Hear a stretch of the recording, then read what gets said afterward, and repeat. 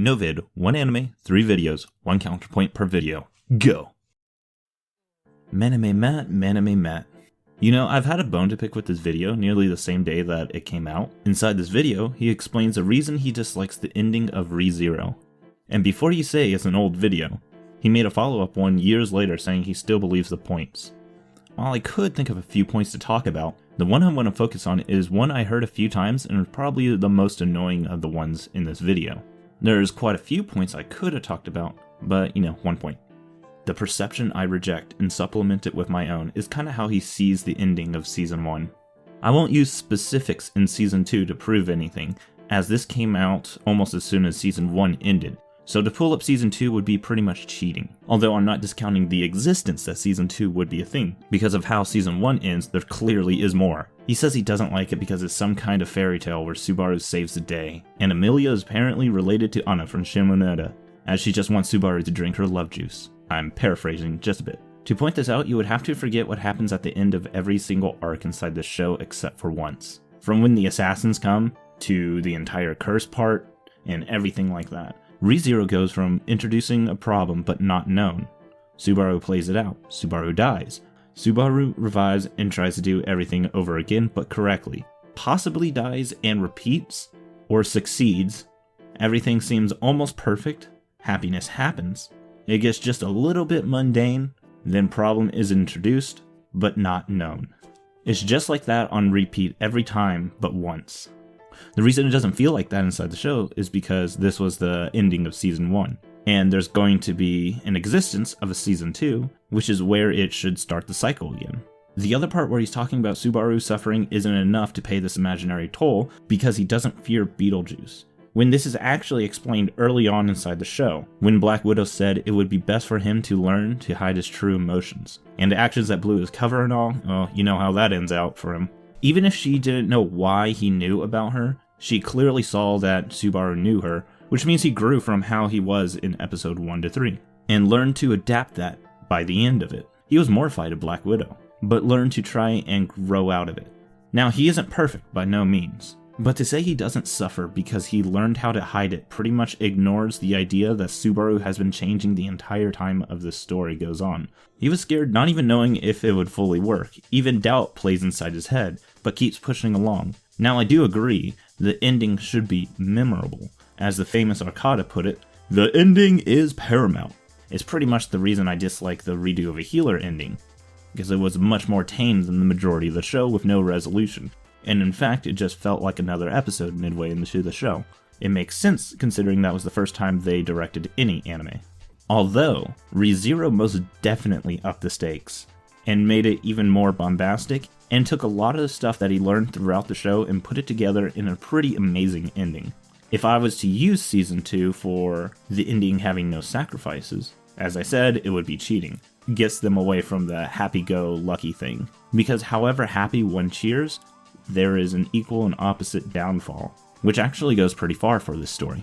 Needless to say, sacrifices were definitely made. Although I do believe that should be enough to get the point across. On to the next video with exclamation point.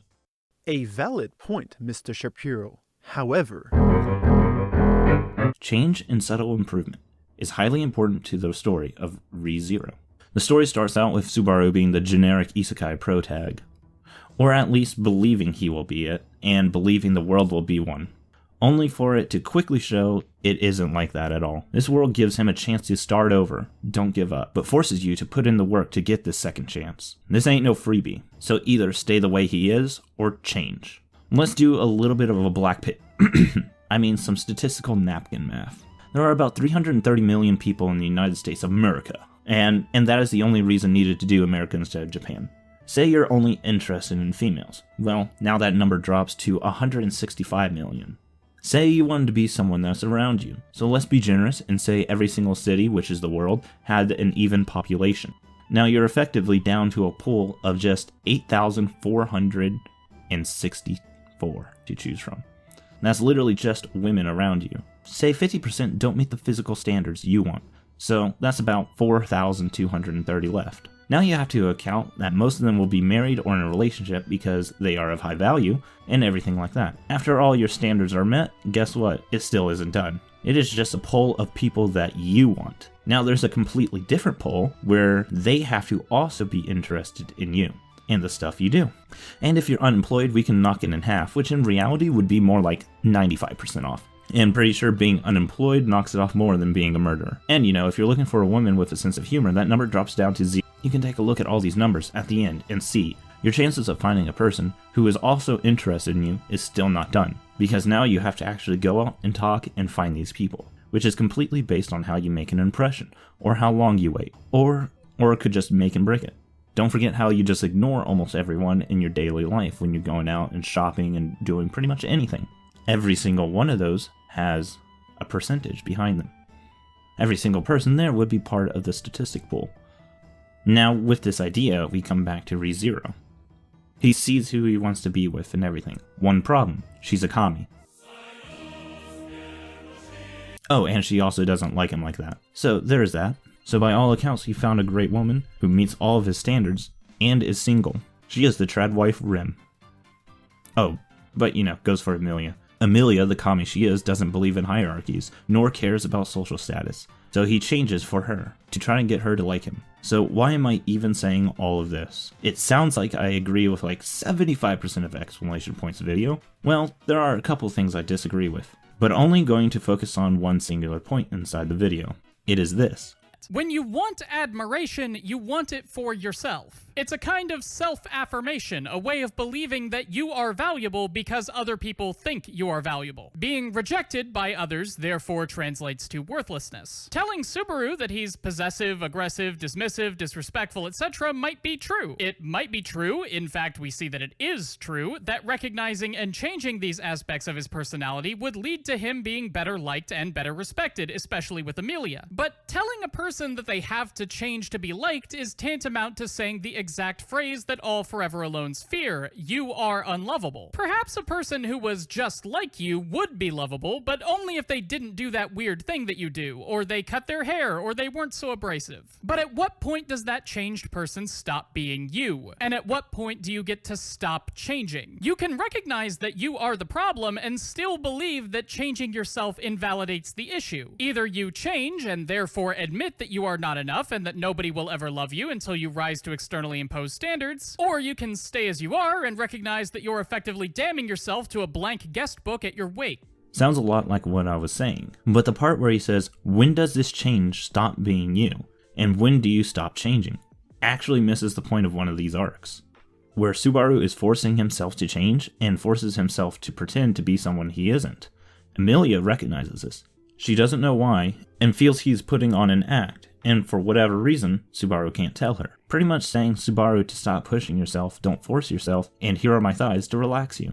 The change inside the story that it is presenting is never meant to change you from who you are in a way where you feel like you are pretending. The change inside the story is meant to actually change you from within and the desire to change. Not just putting on some kind of fake personality, so you wouldn't really get the when am I gonna stop being me when the entire time it will be him. But he will be changing inwardly and growing as a person, rather than just living a lie. Change, but don't pretend. Work, but don't overexert. Pretending to change means absolutely nothing if you don't actually believe in the stuff you are changing to. It's self-destructive. Pretty much is a question that wouldn't be asked because the show itself actually shows it and answers it. It's why, thematically, Amelia is the right choice for Subaru, and why the audience loves Rim. Rim represents the unconditional love of a flawed but great waifu, but isn't limited to that either. She actually has a lot more than just that as a character. Amelia represents a more realistic, as realistic as you can get of an ultra-rich girl who does the things she does, who you work hard for and improve oneself to get. Long story short, real change comes within.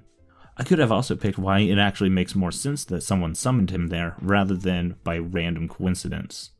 But 1 point per video. Do you have any fucking idea what I'm even talking about? But because it's an anime where an entitled man-child yells at the women in his life who have done nothing but be kind to him for 25 episodes.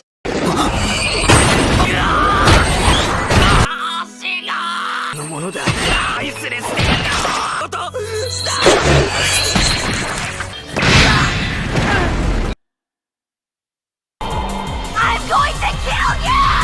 Realmente insignificante. The feel of that fur would make anyone. I'm in a good mood, so I can let it go.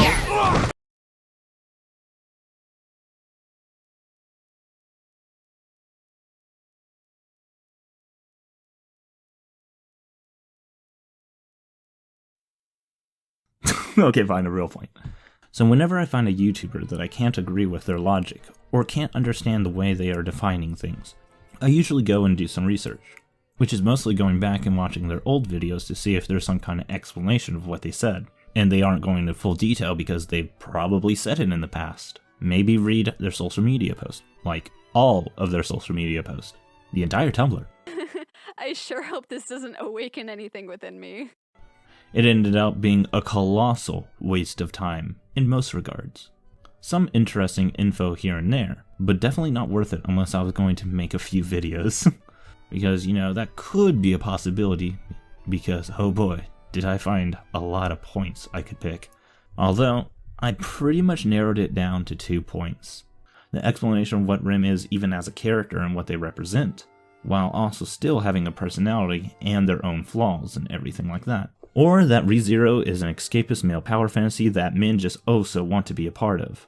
As I see these two come up, they often have very little to back up their claims, and or is just said and or accepted. And so I'm going to talk about why ReZero most definitely is not a male power fantasy. And usually a claim like that is either warping the story in a really weird way, or they just did not pay attention to ReZero. So I watched it, and guess what? It's a harem, totally not a harem, male power fantasy. So, what is a male power fantasy? Generally, a male power fantasy typically consists of a life that one would want, or a person someone they would want to be, generally having great power above others.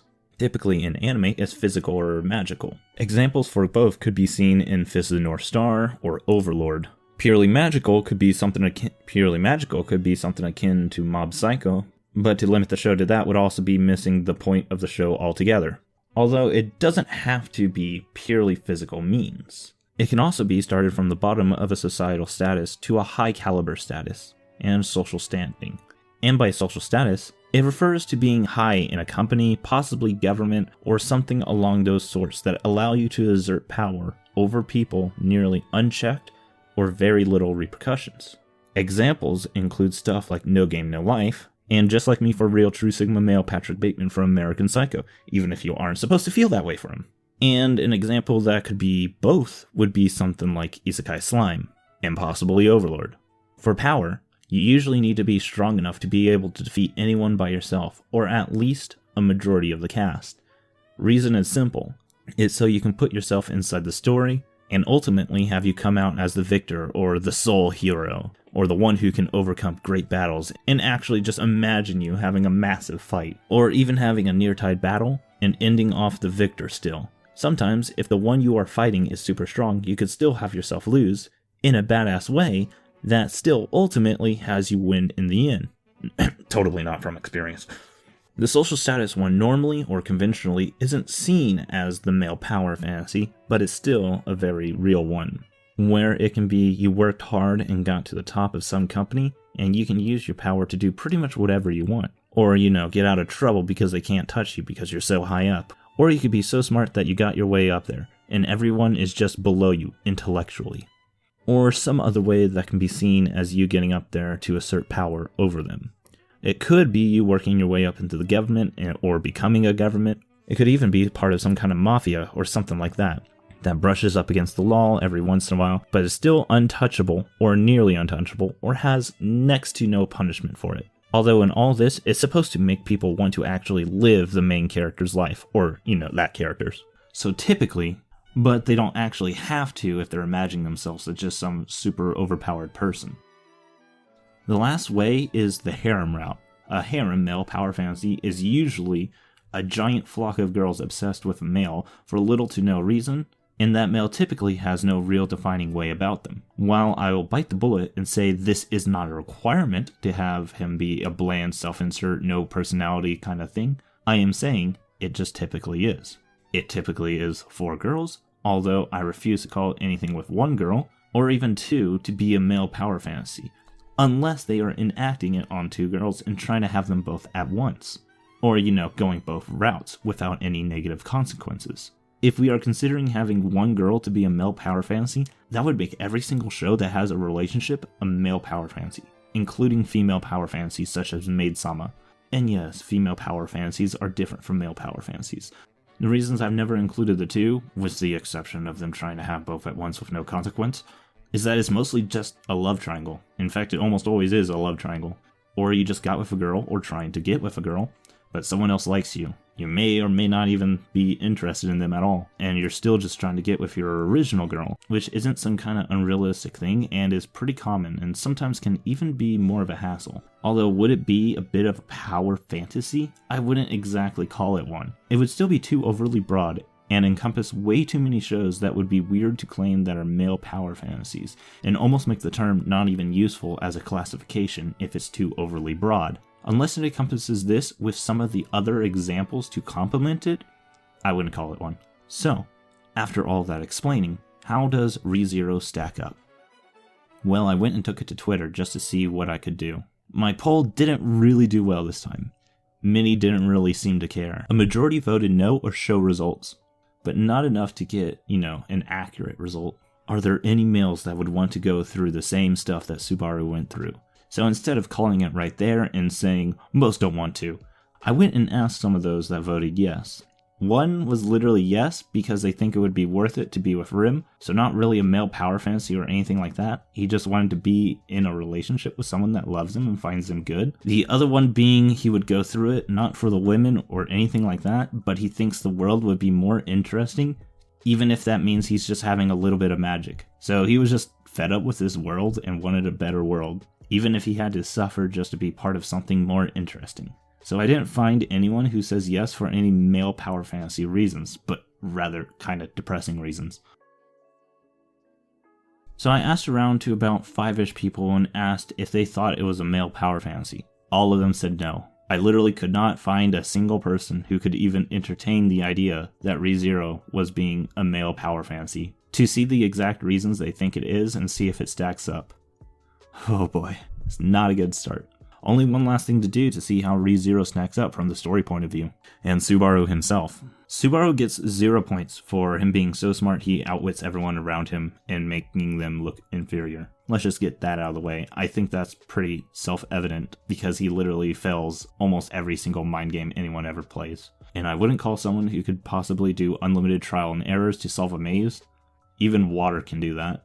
I can't see someone wanting to go through living his life for the little reward he gets. The constant watching the love of his life dying before his own eyes, or him dying, or just everyone around him, is just a bit insane for me to believe someone would want to go through this. He isn't smart, and he's incredibly weak compared to anyone in the story. He does have power that isn't realized as of Season 1 that we are talking about, but even with that power, it can still be pretty easily countered so far. There really isn't anyone he has physically fought that he can beat. In fact, almost all of his battles involve him pretty much relying on everyone to save him.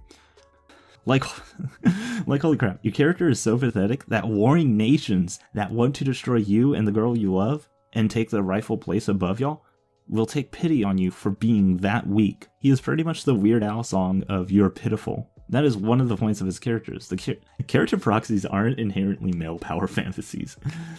He isn't part of any kind of company, government, mafia, or whatever, and even if you want to say that if he marries Amelia, then he will, because I highly doubt his Kami Mommy would ever give him such power so that he would be able to abuse it, or even wield it like a male power fantasy would entail. And never mind that while the power is possibly unlimited, the power just as well could not be unlimited, and he has to battle that every time he wants to use his power. Think of him colossally screwing up. Your love of your life died, and you have to revive to fix it. But you keep thinking to yourself, what if you screw up and live? Or what if this is your last life and you don't know it? Or what if the respawn isn't a good enough spot and he will just be going and watching her get ended again? Or what if he makes it even worse? Stuff like this would be traveling through your mind all the time when you gotta make that jump. None of this would be fun, or even a male power fantasy, or even wanted. I can't imagine any person wanting to go through this. As good as this power is for accidental deaths, it's nightmare fuel to think about when you are forcing yourself to die, risking it all for the possibility that a restart that may not even be beneficial. Oh man, the last thing that could possibly be seen as a male power fantasy is his harem. Except it isn't a harem. And I don't mean the Sword Art Online is not a harem argument that I see very often because Kirito goes with Asuna and all the rest just love him. I mean it because it actually isn't a harem. He only has one girl that likes him, and that's not even the girl he is trying to get. Ram loves the Michael Jackson mix of Kiss looking person. Beatrice is just friendly and treats him like a normal human being, and doesn't allow people to go on a murder rampage. Amelia is too focused on the country and everything in her life to really notice him at that moment. The blonde Lolly Felt is just thankful that he saved her ass. Crushes respects Subaru for the plan he pulled off, and also beating the lying test, and is very curious on how he knew all that information. Priscilla is just a sadist. The rest are just there, with absolutely no entails of affection. Rim is the only one who actually loves him inside the story, which makes sense because of what role Rim is inside the story. To claim this is a harem is literally claiming if a male has female friends, it is a harem. And in some cases, if a male is just around females, it is a harem. To conclude, I don't really see any way to call this a male power fantasy without really warping a story to be something it's just flat out not. Or maybe it's just people pointing out to literally a single scene and saying this single scene, because it exists, that lasts for a little bit, thus the entire show is a male power fantasy. Or claiming it to be something it just isn't. I believe this is an expansive enough argument to say that Subaru from ReZero is no hero, and ReZero is definitely not a male power fantasy. So I had to get clarification for this. I asked if no vid was if we can find 3 videos with 1 point and just take a contrarian position, or if it was 3 videos and you make 3 contrarian points. Joe pretty much said yes. I hold videos in my back burner, and it's over 100. For when I want to do videos on them. Sometimes it's either a single point or just a couple points that I want to talk about, or some videos where I can make more counterpoints than actual points being made inside the videos themselves somehow. I'm putting this at the end, but just stating I did ask how it was supposed to be presented, just to be sure that I got it correct. And as always, I bid you adieu. Thanks for watching. It's a board game, but I'm never bored.